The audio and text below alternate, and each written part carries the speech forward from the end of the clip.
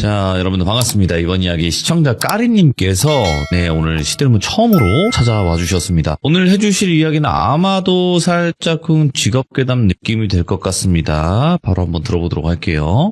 여보세요? 까리님! 반갑습니다, 돌비님. 아이고, 안녕하십니까? 예, 반갑습니다.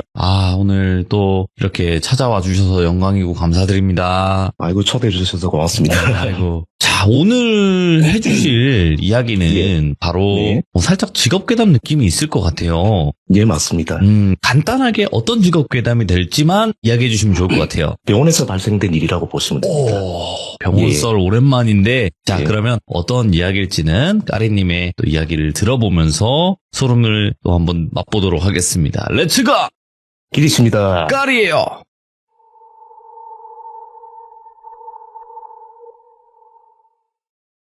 자, 지금부터 한 4년 전쯤, 21년 전쯤 되겠어요. 저랑 집사람은 맞벌이인데, 특히 일반적인 가정과 비슷한 생활을 하고 있고요. 명안이 보이거나 하는 부분은 없습니다. 그게 연간지, 헛것인지, 얘기를 하다 보면은 피곤하거나 허해서 그럴 수도 있고, 맞죠? 하면서 넘긴 것들이 있겠죠. 이 사건은 집사람 직장에서 발생이 되었고요. 참고로 집사람은 저보다 연상이에요. 오. 남자분들이 연하인 커플들 중에 저랑 비슷한 부분들이 있으실 수 있는 분들도 있을 거예요. 일 마치고 오면 바지 허리띠 풀고 나면 앞치마 메고 저녁 준비하는 경우도 있잖아요. 예, 혹시나 놓치면은 그날 집안 분위기 좀 쎄해질 수 있고. 그 음기가 강해지지. 그렇죠. 예. 사람마다 다르겠지만 퇴근 후 저는 배우자와 그날 있었던 일을 이렇게 주고받고 재밌는 일 아니면 짜증났던 일 그런 거를 서로 공감해주고 그렇게 버티면서 직장 생활을 하고 있습니다. 잠깐만. 이거 많은 분들이 들으시면 안 돼. 이거. 아, 그렇습니까? 바로 왜 당신은 이 사람처럼 못해 까리님처럼 못하는 거야. 큰일 났다. 예, 오케이. 아무튼 본격적으로 제가 사연을 소개하겠습니다. 집사람은 요양병원에서 직장 생활 중이었고요. 이때가 4년 전쯤이니까 제가 4년 전쯤에 코로나가 심각했죠, 그때. 코로나로 요양병원은 면회도 안 되고 직원들이나 외부인 출입이 거의 안 됐던 시기예요, 그때는. 이때 어떤 환자분이 입원을 하셨는데 부부 동반이었습니다. 네네. 두 분이 80이 넘은 고령 환자였고 할머니는 치매가 많이 진행돼서 혼자 식사도 어렵고 거동도 안 되는 분이었고 할아버지는 나이가 있으시다 보니까 크고 작은 질병들은 있지만 일상생활을 하시는데 특별히 문제가 없었어요. 네. 근데 굳이 입원을 안 해도 될 정도로 건강한 할아버지께서 할머니 건강이 안 좋아지시니까 집에서 관리도 힘드시고 해서 같이 입원을 하게 되었고 네. 할아버지께서는 옆에서 할머니 간병도 하신다면서 입원하신 케이스였다고 합니다. 병원에 오신 할아버지께서는 너무 양반이셨대요. 손주뻘 되는 간호사분들 한 분 한 분 이름을 외우셔가지고 어머 선생님 이것저것 부탁합니다 이런 식으로 말씀을 하시고 할머니 간호도 극진히 하셨답니다. 지금부터 그 할아버지 분을 편의상 그냥 똘비 할아버지라고 할게요.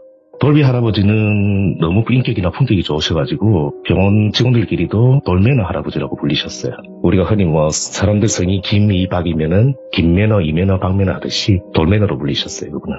80이 넘으신 연세지만 은행이며 행동들이 정말 타인에게 피해도 주지 않으셨고 같은 말이라도 더 기분 좋게 하시는 분이셨어요.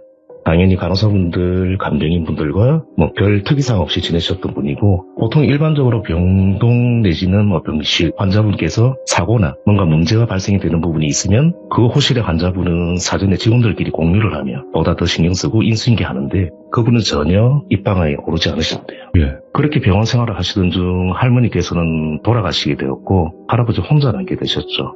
할머니가 돌아가시고 나니까 할아버지 상태도 조금씩 안 좋아지셨대요. 식사량이 줄고 말수도 줄고. 처음에는 다들 할머니를 잃은 상실감에 아이고 슬픔이 너무 크다 보니 그런 것 같다고 했답니다.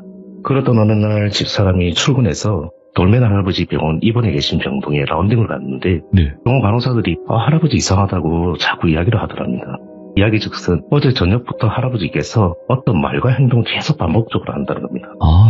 돌매너 할아버지가 입원한 병실은 4인실인데 4인실에서 이런 행동을 하니 같은 병실의 환자들이 힘들어한다는 이야기도 들은 거죠. 조금 전에 말씀드렸듯이 돌매너 할아버지는 이 사건 전에는 다른 이에게 일체 피해를 주지 않으셨던 분이에요. 그런데 할아버지께서 저녁 무렵부터 병실 침대 주변을 맴돌다가 이곳저곳 서성이면서 겨우겨우거리시는 거예요. 그리고 옆에 분 침대 주변과 서랍장도 열어보시고 뭔가를 중얼중얼 하시는데 무슨 소리일까 하고 가까이 가서 들어보니 돈신 이 소리만 맴돌면서 계속 중얼중얼 하셨대요. 돈신? 돈을 신에게? 돈신이 뭐지? 직원들이 계속 이리저리 고민해봐도 딱 이거다는 답이 없었대요. 네. 거꾸로 돈신? 신돈? 이게 뭐지? 계속 직원들끼리 상의를 해봤답니다. 찾지를 못해가지고. 그리고 낮 시간대는 계속 중얼중얼 하시면서 시간이 없어 시간이 없어 돈신 계속 뭔가를 찾는 행동만 계속 했답니다. 오, 예. 그렇게 매너 좋던 분이 소통도 안 되고 옆에 분들 피해가 이제 너무 심하다 보니 직원들도 돌매는 할아버지를 자꾸 제재하고 할아버지 이거 하지 마세요 라고 하다 보니까 할아버지 행동도 더욱 험악해졌다고 합니다. 결국 4인실에서 케어가 힘들 뿐만 아니라 옆에 다른 환자분들 불만도 너무 심해서 더 이상 4인실의 입원 생활이 힘들다고 판단이 되었다고 해요. 그래서 보호자분께 전화를 드려서 할아버지의 이상 행동에 대한 상담을 하고 일단 1인실에 개인 간병사를 두기로 결정을 했답니다. 그렇게 할아버지는 1인실로 옮기게 되셨고요. 당연히 이상 행동과 이상한 말들은 1인실로 이동 후에도 계속되었다고 합니다. 돈신 달라는 말과 함께 아니 1인실로 이동했는데 왜 3명이 있냐고 이런 식으로 이야기를 하셨대요. 이상하다. 1인실로 이동했는데 3명이 있다고? 할아버지는 4인실에 계실 때 자꾸 6명이 있다는 거예요. 그래서 직원들이 할아버지 아니라고 4인실이고 간병인 분은 한 분이 왔다 갔다 하실 뿐 간병인이 없을 때도 4인실인데 6명이 있다는 거예요 자꾸. 그래서 직원들이 복도 CCTV도 확인해보고 외부 출입한 인원이 있는지 영상도 봤는데 없으니까 환장을 노릇이죠 이게. 하루를 계속 할아버지는 밤물때라고 하죠. 그쪽을 계속 확인하시면서 없어 그런 이야기만 하시고 돈신 찾고 그러다 보니까 1인실로 왔는데도 4인실에서 6명이 있다고 1인실로 왔는데 할아버지 혼자인데 3명이 있다고 아무리 간병인이 할아버지 이 방에 아무도 없다고 할아버지 말고는 없다고 설명을 해도 할아버지는 그 말을 믿지를 않으시는 거예요.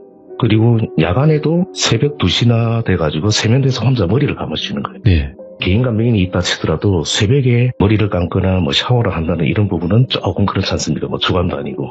근데 나 지금 목욕해야 돼. 새벽에. 머리를 혼자 감으시고 목욕도 해야 되고 이것저것 무조건 청결을 우선시하는 거예요. 그래서 간병인도 간호사실에 와서 너무 무섭다고 너무 무섭다 이런 부분들이 있다니까 간호사분이 그러면 제가 가가지고 그 병실 앞에 복도에 잠시 대기를 해볼게요. 한두 시간만. 어차피 간호사 카운트 대기실과 그 인근 거리이기 때문에 제가 뭐 몇 미터 앞에 가서 한번 체크를 해보겠습니다. 근데 간호사분도 혹시나 이상한 사람이 들어온지 확인했는데 아무도 들어가는 사람이 없었어요. 그런데도 할아버지는 자꾸 3명이 있다. 여기 1인실 아니다. 3인실이다. 그래서 증상이 조금 심해지시다 보니까 담당 주치의도 치매에 걸린 거 아니냐고 판단해서 관련 약들을 처방해서 좀 주무실 수 있도록 조치를 했다고 하더라. 약 복용 후에는 조금 나아지시기는 했대요. 그리고 1인실로 이동 후에 며칠 지나지 않아서 저희 집사람이 아침에 출근하는데 보통 병원에 출근하면 아침에 이렇게 티타임하고 병동 라운딩을 하죠. 이렇게 한 분 한 분 돌아가시면서 돌면 할아버지가 돌아가셨다는 이야기를 하시는 거예요. 출근을 하니. 노인분들은 보통 돌아가시기 전에 이렇게 컨디션이 급격히 안 좋아지거나 뭔가 전조 증상이 있거든요. 근데 병원에 있다 보면 다들 저분은 언제쯤 돌아가실 것 같아라고 예상을 하는데요. 예상을 할 수 있는 부분들이 나온답니다. 근데 돌면 할아버지는 최근에 이상행동을 하기는 했지만 이렇게 뭐 아무런 징후도 없이 돌아가실 컨디션은 아니었대요. 그래서 너무 놀랐고 돌아가셨다는 이야기를 듣고 돌면 할아버지 입원 병실에 가니까 개인 간병사가 그분 짐을 정리를 하고 있더랍니다. 그래서 죄송한데 이거 어떻게 된 일인지 좀 말씀 좀 해보시라 이야기를 하시니 7시쯤에 아침 식사를 하고 앉혀달라길래 앉혀놓고 본인도 간병사도 밥을 먹어야 하니 휴게실에서 식사를 해보니까 할아버지 고개가 옆으로 이렇게 약간 꺾여 있더랍니다. 그래서 할아버지 주무시나 하고 이렇게 보니까 돌아가셨대요. 그러면은 죄송한데 어제 저녁에는 혹시나 뭐 다른 일이 없었냐 어제 저녁에 밤새 차표를 사야 하는데 하시거나 침상 주변을 내려다보면서 왜 신발이 없어 신발 줘 그런 이야기만 하셨대요. 순간 이 사람이 소름이 확 끼치더랍니다. 이후 병동 간호사들이 대화를 해보니 확실한 건 아니지만 이런 게 아닐까 하고 추측을 해보는데 일단 제일 처음에 4인실에서 6명이라고 했어요. 2명이 더 많죠. 1인실에서 3명이라 했어요. 또 2명이 더 많죠. 그리고 할아버지는 4인실에서도 3명이 환자복이 아니라 했어요. 1인실에서 계속 3명이라 하셨는데 본인을 빼면 환자는 없고 다른 이가 3명이죠. 직원 중 누가 그렇게 그냥 추측을 해봤는데 아니 저승사자 3분이 오신다더니 저승사자가 보이신 게 아니에요? 이 말을 듣고 다들 소리 지르고 난리가 났답니다. 저 삼사자. 막 닭살이 올라가. 그래 돌아가시기 전날 밤에 하신 차표를 사유하고 신발이 없다는 말도 돈신 하신 것도 저승 가실 때 신으실 신발과 모자돈을 찾는 게 아니었냐라는 오, 맞네. 돈신. 추측을 한번 해봤다고 합니다. 예. 이 사연은 여기까지입니다. 근데 확실히 뭐 네. 요양병원이든 어쨌든 좀 죽음이 가까운 병원이긴 하잖아요. 예, 맞습니다. 그쵸? 이제 연세들이 다 예. 드셨으니까. 근데 네. 여기서 살짝 곁들이면 또 이런 경우도 있었어요. 저희 가족 중에 그렇게 돌아가신 분이 계신데 그 중에 한 분이 그렇게 얘기를 했었어요. 검은 늑대들이 간호사탕에 다 올라타 있다고. 검은 늑대라고 표현했거든요. 예. 근데 검은 늑대들이 간호사분들이 들락날락 거리실 때 등에 타고 들어와서 본다 이렇게 얘기를 하셨었어요. 그러니까 아무래도 가실 때 되시는 분들은 그런 게 예. 보이는 게 아닐까라는 생각도 들고 예. 근데 또 아내분께서 이런 일을 겪으신 거니까 맞습니다. 네. 그분의 말씀을 들으니까 예. 집사람이 예전에 했던 다른 사건이 짤막하게 갑자기 기억이 나는데 어르신들이 제가 조금 전에 말씀드렸듯이 돌아가시기 전에 뭐 헛것을 본다는 이야기가 좀 많았어요. 요양병원에 일하다 보니까 이 이야기는 저희 집사람이 현 근무지 말고 네. 이직하기 전 요양병원에서 근무할 때 직원들 사이에서 나온 이야기래요. 그때 밤에 그 병원에 계신 노인분들 중에 의사소통이 이렇게 가능하신 분, 본인 표현이 가능하신 분들이 돌아가시기 며칠 전부터 대부분 하시는 이야기가 밤에 자꾸 침대 밑에서 아기가 있다고 이야기를 했답니다. 아기? 예, 그래서 할아버지 말씀을 들어보니까 아이고 간호사 아가 침대 밑에 있다 좀 꺼내주라 뭐 이런 식으로 이야기를 하시거나 아니면은 간호사 침대 밑에 과자라도 좀 주라 배고프겠다 이런 이야기를 간호사들한테 했대요. 그래서 그 병원에서는 침대 밑에 아기 이야기를 하신 노인분들은 조만간 돌아가시겠구나. 이렇게 추측이 되고 예상이 됐대요. 많이 돌아가셨어요. 그렇게 얘기하신 분들은. 많이 돌아가셨답니다. 그래서 그 이후 이직을 했기 때문에 그 후에는 사실 뭐 들은 이야기는 없고요. 아니 근데 갑자기 돌비님 말씀 들으니까 생각나서 말씀드려봤습니다. 왜 아기의 모습으로도 보일까? 궁금하네. 거기가 뭐 산부인과나 이런 부분이 아니고 요양병원이었거든요. 그러니까요. 예전 터자리는 제가 뭐 확인이 안 되는 부분이고. 근데 까르님이 진짜 말씀 확실히 잘하시네요. 오늘 네. 까르님께서도 소중하고 섬뜩한 이야기 들려주셔서 감사드리고 다음번에 또 다른 이야기들 뭐 여러 개여도 상관없으니까 들려주시길 바라겠습니다. 돌비님 고맙습니다. 아유 너무 감사합니다. 오늘 와주셔서. 감사합니다. 감사합니다. 네.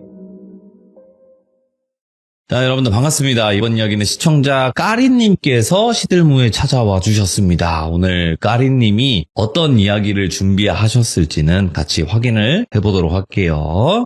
여보세요? 까리님 안녕하세요. 돌비님 반갑습니다. 네, 아이고 또 이렇게 시간이 지나버렸습니다. 그죠? 예, 맞습니다. 네, 한 2주 오늘 됐네요, 벌써. 이렇게 또 찾아와 주셨고 발걸음 해주셔서 다시 한번 예. 너무너무 감사드립니다. 아이고, 참여시켜주셔서 감사합니다. 아유, 무슨 말씀하십니까? 예. 예. 자, 일단은 까리님께서 오늘 해주실 이야기의 주제가 있을 거라고 생각을 하거든요. 예. 예, 어떤 현실 주제일지. 공포라고 보시면 되고, 예. 제가 아시는 건설 현장에 계신 분한테 들은 이야기예요.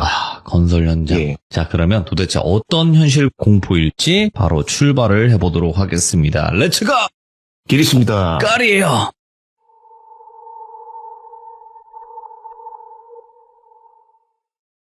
제가 첫 시참 후 주변 분들께 혹시나 뭐 이런저런 사연이 없으시냐고 여쭤보니 한 분께서 슬그머니 말씀을 하시더라고요.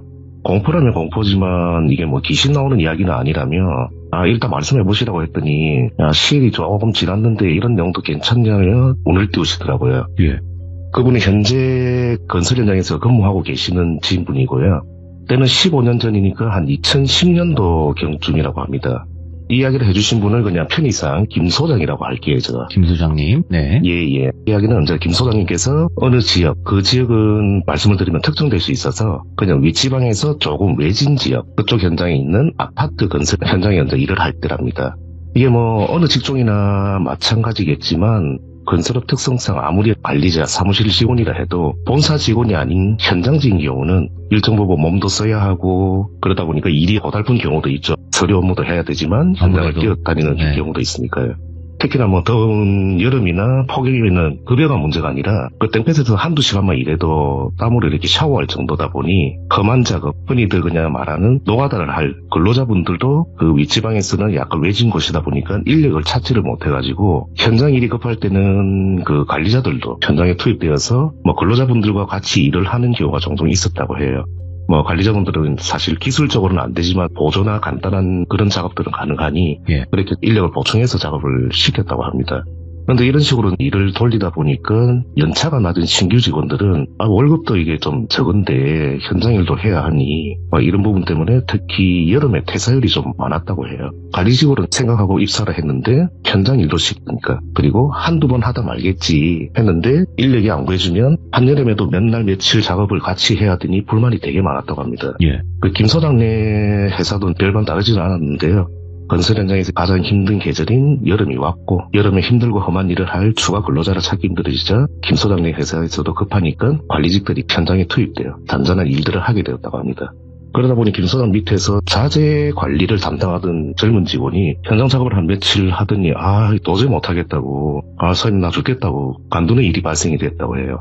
그래서 그 직원이 그만두면 안 그래도 현장 인력도 부족한 판국에 사무실 직원까지 지금 없는 상황이니까 이거 큰일 났다 싶어가지고 다독여봐도 힘들어서 못하겠다고 전 진짜 일하다 내가 죽겠다며 당장 다음 날부터 안 나오더랍니다. 돈이고 뭐고 필요 없이. 건설 현장에는 일주일이나 또는 뭐 한 달간 이렇게 계획표가 있어요. 예정 공정표라는 게. 그렇게 해서 전체 공사 마감시일이라는 게 있는데 그 마감시일은 다가오는데 현장 인력도 부족한데 사무실 자재 담당 직원까지 퇴사를 해버리니 발을 동동 구르며 막 주변인들한테 적절한 사람 있냐며 구인 활동을 했다고 합니다. 네. 이리저리 구인 광고도 내고 뭐 입소문을 좀 냈더니 자재업체, 식당 한바든 뭐 주변에 뭐 숙소든 부동산이든 아시는 분들 만나가지고 이야기를 드렸더니 며칠 지나지 않아가지고 요 30대 초반 남성분을 똘비라고 할게요. 똘비라는 30대 초반 남성분이 일을 해보겠다고 이력서를 들고 나타났다고 합니다. 이것이 조금 전에 처음에도 말씀드렸지만 윗지방에서 조금 외진 곳이다 보니까 사람 구하기가 정말 힘들었는데 스스로 일하겠다는 사람이 나타나니 이거 하늘이 도와주시는 것 같다. 하늘에서 동화줄이 내려온 기분이었다고 합니다. 김 소장이 직접 면접을 보는데 30대 초반 미혼에 4년제 대학 컴퓨터학과 관련해 졸업을 했고 별 특이한 점은 없었는데 조금 마음에 걸렸던 점이 두 가지가 있었대요. 한 가지는 이전 경력사항에서 A 회사에서 6개월, B 회사에서 8개월 이런 식으로 1년을 채우지 못하고 5군데로 옮겨 다녔고 마지막 근무지에서는 3개월을 일하다가 퇴사를 했대요. 그 점이 조금 마음에 걸렸는데 왜 이렇게 회사를 많이 옮겨 다니냐고 물으니 어머니가 말기암이어서 병원에 자주 다니셨는데 안 좋으실 때마다 입원을 해야 했고 가족이라고는 자기밖에 없어가지고 간병을 해야 하니 어쩔 수 없이 퇴사를 하게 되었다. 그런데 지난달에 어머니 돌아가셨고 마음 추스리고 다시 일을 하게 이렇게 오게 되었다. 이런 이야기를 하더랍니다. 네. 그래서 그러냐고. 그리고 하나가 더 마음에 걸리는 게 이전 경력상이 전부 다 사무직이었대요. 건설 현장에서 일을 하는 것도 처음인 것 같고 몸 쓰는 일은 전혀 해보지 않고 그냥 마르고 이렇게 좀 곱상한 외모라서 김 소장은 체력적으로 버틸 수 있을까 싶었지만 인상이 너무 좋고 면접을 보는데 잘 웃고 착해 보이고 성실해 보였다고 합니다. 그래서 같이 하면 일 시키고 부리기는 좋겠다 생각도 들고 제일 중요한 게 지금 급한데 물불 가릴 때가 아니다. 사람이 없는 상황이니까. 그래서 똘비를 자재 관리를 담당하는 직원으로 채용하게 됩니다. 이렇게 채용된 똘비는 걱정과는 다르게 성실하고 별로 눈에 띄는 행동 없이 일도 곧잘 배우고 했다고 합니다. 그런데 시간이 지남에도 면접 보던 때와 별반 다를 게 없이 똘비에 대해 아는 것도 전혀 없고 이상하게 똘비하고는 친해지지가 않더랍니다. 같이 있으면 여전히 어색하고 똘비가 너무 말도 없고 개인적인 이야기도 일절 안 하고 그렇게 하다 보니까 대화도 잘 안 이어지고 밥 먹을 때도 그냥 진짜 밥만 딱 먹고 잘 먹었다 많이 드십시오 딱 그 정도. 그래도 똘비가 지금 건설 현장은 처음 왔지만 완벽한 1인의 역할은 해내지는 못했는데 그래도 70-80% 이상 몫은 하고 있으니까 그냥 그렇게 지냈다고 합니다. 그런데 똘비가 입사하고 한 3개월쯤 지난 시점부터 똘비의 태도가 조금씩 달라졌다고 해요.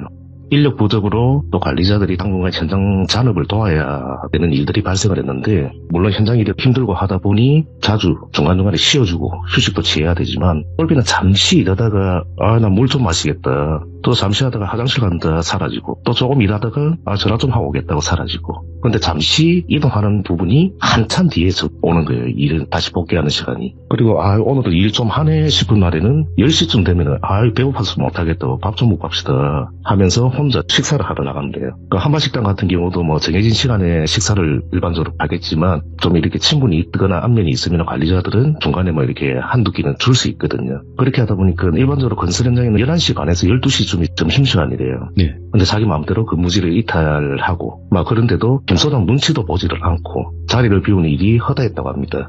김 소장은 속으로는 좀 부글부글했는데, 이거 잔소리하는 사람도 없는데 또 그만둔다 할까봐 짜증은 나지만 사람이 없는 것보다 낫겠나 싶어서 꾹꾹 참았다고 합니다. 예. 그리고 보통 일을 이렇게 마치고 그쪽은 윗지방에 좀 외진 곳이다 보니까 전부 다 숙소 생활을 했어요.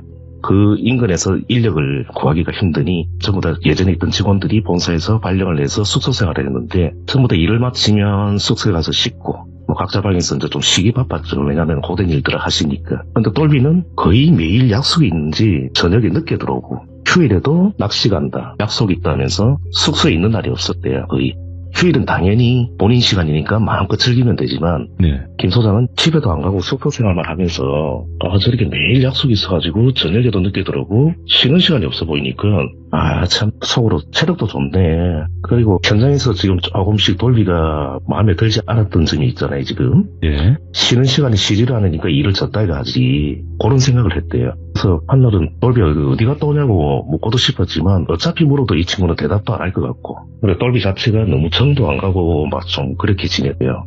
그렇게 똘비는 시간이 가면 갈수록 근무 시간에는 불성실 그 자체였고, 아이고, 예. 똘비가 회사에 들어온 지 7개월이 되던 시점에 김 소장하고 사무실 직원들이 이거 아무리 사람이 없어도 이 사람 안 되겠다, 매일 봐야 되는 얼굴인데 볼 때마다 서로가 스트레스 쌓이니 그냥 막 결단 내립시다 하고 자체적으로 이야기가 됐나 봐요. 근데 갑자기 똘비가, 김 소장도 내색은 하지 않았는데 똘비가 제가 이리서가 퇴사를 하겠다고 본인이 먼저 이야기를 하더래요. 그래서 김 소장은 회사 직원들하고 모두 이거 손도 안 대고 코 풀었다, 그래서 전부 다 박수를 쳤대. 막 똘비 나가고 나서. 그렇게 똘비가 퇴사를 하고 당장 똘비가 하던 일 할 사람이 없으니 이제 뭐 자재 구입을 위해 가지고 소장이 어차피 뭐 현장을 전부 다 통과를 하셨던 분이니까 주거래 업체에 이제 김 소장이 자재 발주를 넣었는데, 거래처 대표한테 전화를 하니까 그 대표님이 똘비 사원 어쩌고 김 소장님이 이런 전화를 주시냐라고 묻더래요.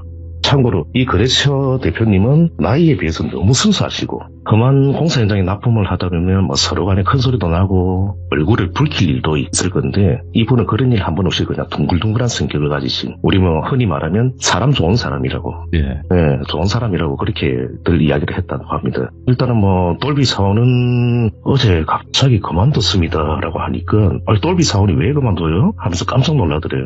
그래서 하더니 한 1, 2분 정도 멍하게 했더니 김 소장이 대표님 왜 그러시냐고, 무슨 일이냐고 물었더니 아닙니다, 일단 나중에 전화를 할게요 하고 전화를 툭 끊더랍니다. 뭔 일이야?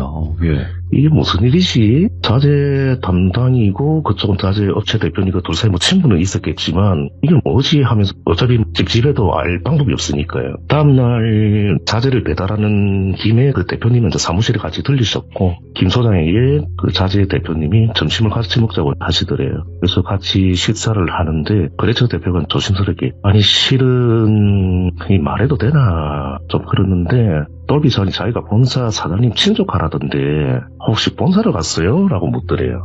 순간 김 소장이 무슨 소리냐고, 무슨 조카 같은 소리 하냐고. 거래처 대표가 잠시 머뭇하다가 본사를 갔을 수 있으니 소장 그저 한번 알아봐줘, 똘비가 전화를 안 받는다고. 똘비 사원이. 김 소장도 긴가민가 하면서 이제 진상을 확인하기 위해서 본사의 사장님께 또 전화하기 그렇지 않습니까? 현장에 그 소장님이 그 위에는 뭐 쉽게 말하면 이사님도 있고 사무님도 있고 전무님도 있고 다 이렇게 단계가 있는데, 자기한테 다이렉트로 전화를 하기가 좀 그렇지만 혹여나 해서 통화를 해본 거예요. 이런저런 뭐 안부차, 사장님 혹시 뭐 이런 부분이 있냐 이러니까 사장님도 금시초문이다, 똘비가 자기가 본사 들어가면 부장으로 올라간다고 이야기를 했나 봐요.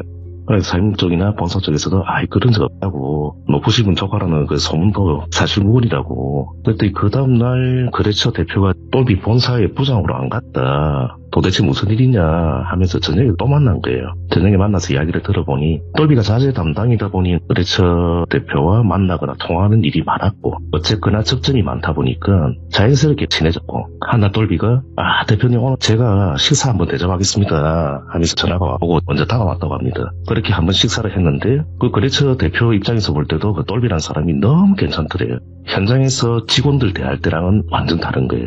본인이 필요한 사람을 만날 때는 그렇게 식사 자리가 있은 이후에 좀 더 친해졌고 친분도 쌓이면서 주기적으로 저녁 식사를 하게 되고 자기 이야기를 너무 잘 들어주고 공감도 잘해주는 똘비한테 자기도 모르게 대표님도 뭐 속에 있는 이야기도 하게 됐다고 합니다. 그렇게 어느 날도 기분 좋게 저녁 식사를 하면서 술도 한잔 하는데 똘비가 갑자기 대표님 사실 내가 우리 본사 사장님 친족하다 현장 경험을 위해서 이렇게 말단 직원으로 들어와 있고 일하는 거고 제가 밝히고 들을 수도 있는데 전부 다 부담스러워할까봐 비밀로 한 거다. 대표님은 제가 믿고 친하니까 아무도 몰래 말씀드리는 거다 하면서 말을 꺼내더랍니다. 그러면서 여기서 대표님 한 1년 정도 현장 경험 쌓고 나면 본사로 들어가 부장으로 진급해가지고 업무를 진행할 예정이다. 사실은 내가 계속 지켜봤는데 대표님이 일을 늘상 시원시원하게 너무 잘하시는 것 같고 너무 인간적이시다. 내 본사에서 일을 하면 앞으로 다른 거래처 말고 대표님하고 의뢰를 하겠다. 라고 일을 떠나서 저는 그냥 대표님이 인간적으로 너무 좋습니다. 그렇게 이야기를 하더랍니다. 그 말 들으니 그냥저냥한 거래처 말단 사원이 아니라 앞으로 내 돈줄이 될 수 있는 사람이겠구나. 약간은 속물적인 생각도 들면서 정신이 번쩍 들더랍니다. 그리고 말단 사원이라도 똘비가 인간적으로 너무 좋았는데 금수저라고 하니까 이상하게 똘비가 더 좋아지더래요. 단순히 비즈니스 관계가 아니라 좀 묘한 감정이 있었다고 합니다. 그래서 이전에는 똘비가 밥값이며 술값을 다 계산했는데 이날 이후부터는 거래처 대표가 똘비 밥도 사주고 술도 사주고 그리고 이상하게 이 사람한테 좀 잘 보이고 싶다는 생각도 들고 해서 좀 더 관계를 탄탄하게 해야 되겠다 그런 생각에 스스로 돈 봉투를 준비해서 내밀었다고 해요. 이거 경비로 좀 쓰십시오 이런 식으로. 그랬더니 똘비가 봉투를 열어서 봉투 속 내용을 확인하더니 대표님 이렇게 밥도 사고 술도 사고 봉투도 주시면 내가 너무 부담스럽습니다 하면서 거절을 하더래요. 그래서 거래처 대표가 미래의 부장이 왜 하십니까 하하하 하면서 너스레를 떨었더니 나는 그냥 대표님이 좋은 거지 이런 식의 관계는 좀 그렇다 하면서 돈 봉투를 걷고 거절을 하더랍니다. 그 대표는 속으로 이거 혹시 금액이 작아서 그러나 이 금액이 성이 안 차나 싶다가도 내가 실수라도 했나 조금 전에 하면서 가슴이 철렁 내려앉는 기분이 들었대요. 똘비가 추후 본사에 가서 자기 업체가 주거래처가 된다면 더 많이 납품할 수 있으니 미래를 위해 투자하는 것은 하나도 아깝지 않다. 그런 계산적인 생각도 있었지만 사실은 그냥 이 사람한테 잘 보고 싶다. 그런 마음, 진짜 마음의 선물. 근데 내가 뭔가 실수했나? 내가 이 사람이 싫어하는 행동을 했나 좀 전에? 싶으니까 어쩔 줄 몰랐대요.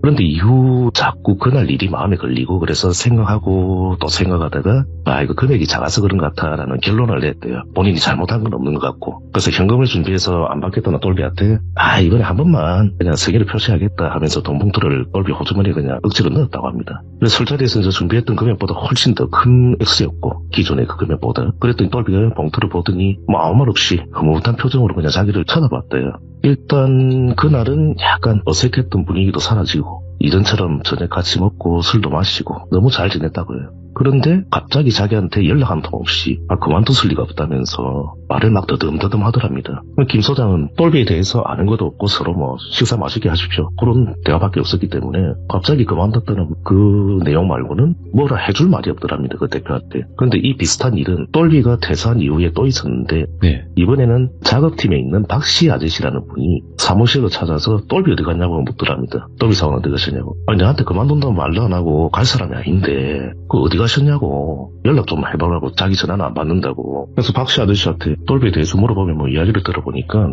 박씨 아저씨 같은 경우는 업체 대표랑은 조금 내용이 달랐는데요. 처음에는 우리 여름이나 봄, 여름, 가을도 똑같습니다. 전부 다 많이 움직이고 하면은 땀도 흐르고 지쳐서 좀 쉬는 휴식 시간이 있는데 똘비가 시원한 생수를 챙겨주거나 아니면은 점심때쯤 돼가지고 캔커피를 하나씩 갖다 주시거나 하다 보니까 점점 호감이 생겼대요.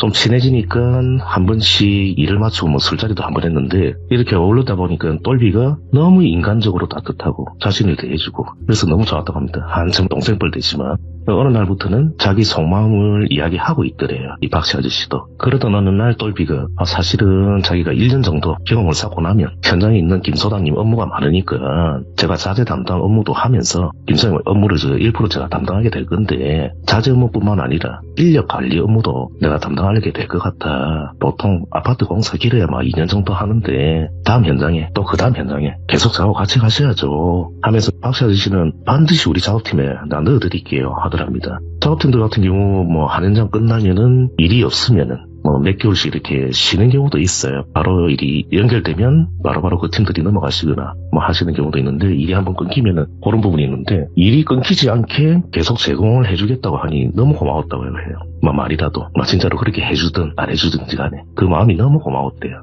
김 소장은 속으로 야 이거 똘비가 현장 일하다가 화장실 간다, 목마르다고 물 먹으러 간다, 전화 잠시만 하고 올게요. 이럴 때마다 시간이 좀 오래 경과 후에 뽑겠는데 박씨 아저씨나 혹시 다른 분들하고 이렇게 시간을 보냈던 거구나 싶더랍니다. 박씨 아저씨는 똘비가 항상 입버릇처럼 아니 내랑 평생 같이 합시다로 외쳤다고 해요. 그래서 박씨 아저씨는 이 사람이 나를 앞으로 써주든 안 써주든 간에 그냥 똘비가 좋다, 나는 똘비 사원이 잘 보고 싶다, 그런 마음이었대요. 그래서 똘비가 처음에 자기에게 시원한 생수를 가져다 주거나 캔커피를 하나씩 이렇게 가져다 주는 부분들이 어느 날부터는 박씨 아저씨가 똘비한테 그렇게 하고 있더랍니다. 박씨 아저씨가 똘비를 챙기기 시작한 거죠. 그리고 쉬는 날 똘비가 차키를 주면서 세차를 부탁하기도 했고, 그러면 또 시키면 시키는 대로 군말 없이 했다고 해요. 또 휴일에는 이 똘비라는 직원이 숙소에서 휴일에도 낚시를 한다 했잖아요, 아까 전에. 휴일에 운전을 시켜서 낚시터에 데리고 가기도 했고, 박씨 아저씨는 배멀미가 심했는데 똘비에게 잘 보려고 선상 낚시까지 구역구역 따라다녔대요. 그렇게 가서 이것저것 수발을 들었다고 합니다. 거래처 대표랑 박씨 아저씨 외에도 4명이 더 비슷한 일을 당했고, 다들 똘비에게 속았다, 분하다 이런 느낌이 아니고 똘비가 그럴 사람 절대 아니라고, 내한테 말도 안 하고 가다니 이런 경우가 다 있냐고, 똘비를 이제 못 본다니까 그 사람들은 아쉬운 느낌이 들었대요. 당했다 생각보다는. 당연히 같이 일했던 김 소장이나 김 소장 회사 직원들은 똘비가 그렇게 하고 다녔다는 사실을 전혀 눈치채지 못했고, 대화를 오랫동안 해본 직원들도 없거니와 사실 똘비가 그렇게 외향적이고 적극적인 성격도 이번에 이분들 이야기를 들으면서 알게 됐다고 해요. 그리고 거짓말을 잘하는 것도, 자기가 알고 있는 똘비는 그냥 불성실하고 주변에 관심 없고 말도 없고 그냥 그림자 같은 그런 청년이었다고 해요. 당연히 똘비 휴대폰은 없는 번호고, 김 소장이 통화를 해보니 똘비에 대한 소식을 들으니도 아무도 없고, 김 소장이 그때 그런 이야기를 듣고 생각을 해보니까 그만두기 며칠 전부터 직원들이 이렇게 우리 회의를 하거나 하면 의견들을 제시하면 똘비는 항상 그랬대요. 인생 있습니까? 그냥 흘러가는 대로 살면 되죠. 왜 그렇게 복잡하게 머리 아프게 고민하고 사시냐고 딱 밥맛 없는 말투로 툭툭 던졌다고 합니다. 그리고 김 소장이 똘비가 퇴사한다고 한 날 마지막이니까 그동안 수고했다고 하면서 점심을 사주는데 그때 한 이야기가 문득 떠올랐대요. 같이 밥을 먹고 있는데 너무 어색하고 서로 접점이 없으니 대화가 뚝뚝 끊기더랍니다. 그래서 좀 형식적인 이야기, 회사 나가면 뭐 할 거냐고, 젊은데 돈 벌려면 어차피 여기는 퇴사를 하지만 이렇게 외진고 말고 조금 큰 데로 나가야 되지 않겠냐, 그런 이야기를 했더니 똘비가 잠시 멈칫하더니 싹 옅은 미소를 지으면서 사장님 돈도 중요하지요. 저도 그건 인정. 그런데 사장님 세상살이 돈보다는요, 사장님 뭔가 좀 인생이 재미가 있어야 되지 않겠어요? 그게 사람 맛인데, 그렇게 이야기를 하더래요. 김 소장이 그 말을 듣는데 기가 차고 화가 나더랍니다. 끝까지 참으려고 했는데 도저히 못 참겠더래요. 똘비야, 그래서 네 일 그래 했나? 일 그렇게 했어? 세상 살기 재미? 사람 사는 맛? 그렇게 했더니 똘비가 김 소장한테 웃으면서, 소장님 장기도 봤어요. 장기. 인생도 장기예요. 말을 잘 둬야 돼. 말을 잘 두고 말을 잘 놔야 돼. 인생도 마찬가지지. 내가 원하는 곳에 사람을 배치하고 내 뜻대로 움직이게 해야 참 그게 비로소 인생의 재미 아니겠어요? 그렇게 하더랍니다. 그때까지는 그냥 아이고 참 젊은 놈이 검은 만들어가지고 그런 놈 일을 이따위로 하거나 또 막 속에서 불불했지만 다른 사람한테 뭔 소리를 하겠냐, 헛소리도 참 정성스럽게 한다, 한 귀로 듣고 한 귀로 흘렸대요. 그런데 이제 이런 일이 있었다고 하니 똘비가 여기서 사기를 치려고 사람들에게 거짓말을 하고 다녔다기보다는 마치 이렇게 그 사람들이 똘비한테 금액을 이렇게 경비 쪽으로 이렇게 주신 부분들은 똘비가 그게 목적이 아니었지만 들어온 그냥 경비 금액이고 자기가 활동하거나 식사하거나 하는 금액이고, 똘비는 마치 지인과 심심풀이 장기 한판 두듯이 사람들이 자기가 하는 거짓말을 믿고 자기가 뜻대로 움직이는 모습에 자기가 뜻하는 대로 거기서 뭔가 소소한 재미를 느꼈던 게 아닐까, 그런 생각이 들더래요. 그때 당시에는 이런 말이 없는데 요즘 말로 쉽게 말하면 가스라이팅이죠. 그때 당시에는 그런 단어가 아마 없었을 거예요. 예. 그러니까 똘비 말이라면은 정말 지옥이라도 들어갈 정도로 주변 사람들을 길들여가지고 자기가 원하는 방향으로 움직이고 자기에게 잘 보이려고 노력하는 모습을 보면서 걔는 희열을 느낀 게 아닌가. 그래서 똘비가 뭐 회의 때든 사람들한테 자주 언급한 이야기, 인생 뭐 있습니까? 막 이런 말을 자주 했다고 해요. 예. 근데 뭐 저도 뭐 그렇게 나이가 많은 편은 아니지만 짧지만 제가 살아보니까 인생 뭐 있더라고요, 똘비님. 있죠. 예. 뭐 즐겁고 행복하고 슬프고 화나고 등등 뭐 인생 뭐 있더라고요. 그럼 뭐 흘러가는 대로 그것 또한 또 추억이더라고요. 그럼요. 예. 지나고 네. 보면. 예. 맞습니다. 쉽게 본 돈은 쉽게 사라질 거고 욕심이 강하면 분명히 탈은납니다. 저도 저희 직원들과 제가 회의할 때 자주 하는 말이 있습니다. 네. 기본을 준수하자. 좋은 거죠. 예. 기본을 준수하면 큰 문제는 없어요. 이상 주변 사람들을 마치 지인과 심심풀이 장기 한 판 두는 말 정도로 생각하면서 얘는 이럴 때 쓰고 쟤는 저럴 때 써야지 했던 게 아닌가라는 이야기를 들은 게 있어서 한번 들고 와봤습니다. 그래서 저한테 처음에 예. 제목이 장기입니다라고 하셨었어요. 예, 맞습니다. 근데 이제 매매 이런 거 아니고 장기입니다 이렇게 얘기를 하셨는데 그 말이 너무나 이해가 되고 사람을 그냥 뭐 내가 움직일 수 있는 말 예, 장기말처럼 맞습니다. 내가 움직이면 그곳에 가고 예. 뭐 대신 책임지고 좀 이런 느낌으로 그렇죠. 조종하는 사람들이 생각보다 우리 주변에 좀 많이 섞여 있어요. 예, 맞습니다. 그래서 그 소장님께서도 접해보지 않으면 사실은 못 느끼겠지만 맞아요. 본인은 그런 사람이 주변에 있다라고 하면 적극적으로 회피할 거라고. 그리고 뭐 참고로 똘비라는 직원이 들어올 때 신규 안전 교육을 받잖아요. 네. 건설 현장이다 보니까. 그러면 신규 안전 교육에 뭐 똘비 신상 정보나 그런 거를 다 메모를 하고 본인이 혹시나 사고가 났을 때는 본인이 전화를 못 받기 때문에 보호자를 한 명 연락처를 쓰게 돼 있어요. 예. 뭐 부모님이든 처든 가족들. 근데 그 전화번호에 있는 연락을 해도 전혀 다른 분인 거예요. 그러니까 똘비가 3개월씩 5개월씩 직장을 계속 옮겼던 게 소소하게 거기서 재미를 보고 움직이는 거예요. 그냥 본인 생각에는 여기도 7개월 정도 하면서 이런 부분들이 있었기 때문에 김 소장은 그렇게 감을 잡고 있는 그 직원들하고는. 그래서 뭐 장기 한 판 듣는 뭐 똘비 직원의 이야기였습니다. 똘비님. 아니 근데 진짜 오늘 해주신 이 이야기가 예. 엄청 뭐 자극적이고 무서운 내용이라기보다는 예. 진짜 더 무서운 게 우리 주변에 당장 찾으면 나와요 이런 거. 주변에 있습니다. 있어요. 예. 그러니까 내가 예. 뭔가 좀 생각을 안 해서 그렇지 이 이야기랑 비슷하게 행동하는 사람이 있는데 하면 그런 부류의 사람일 거예요. 맞습니다. 네. 그리고 그게 더 무서운 시간이 거예요. 지나고 보면 그게 그때 그랬구나 그러니까. 하면서 느끼는 경우도 많아요. 일단은 사람을 그냥 장기말 이용하는 그런 느낌으로만 생각하는 사람들이 점점 많아지고 있어요. 사실 요즘 사회가 더 그렇고요. 저도 오래 살지는 않았지만 그래도 저 어릴 때는 조금 서로서로 이웃도 그렇고 그 정이라는 단어를 쓸 수 있었는데 맞습니다. 요즘에는 참 그런 게 많이 사라진 것 같기도 하고 사라졌죠. 삭막하고 삭막하고 그런 느낌이 많이 드는데 오늘 까리님께서 그래도 우리 바로 주변에서 겪을 수 있는 이야기를 들고 와주셔서 너무 감사드리고 이야기를 워낙 잘하시니까 진짜 다른 이야기 있으시면 잘해주셔가지고 진짜 다른 이야기 있으시면 언제든지 그냥 야 내가 할게 야 저 비켜 이렇게 하셔도 되니까 언제든지 감사합니다. 찾아와 주시길 바라겠습니다. 감사합니다. 오늘도 좋은 하루 되십시오. 건강하세요. 고맙습니다. 자, 일단은 까리님께서 워낙 말씀을 잘하시는 분이에요. 이번이 아마 두 번째 참여인데 말씀을 이 정도로 하시는 거니까 굉장히 잘하시는 거죠. 근데 이번 이야기는 너무 무서워요. 어떡해요. 이런 개념이 아니에요. 진짜로 우리 주변에 무조건 있습니다. 이런 사람이 무조건 있으니까 여러분들도 조심하시길 바라겠습니다. 감사합니다.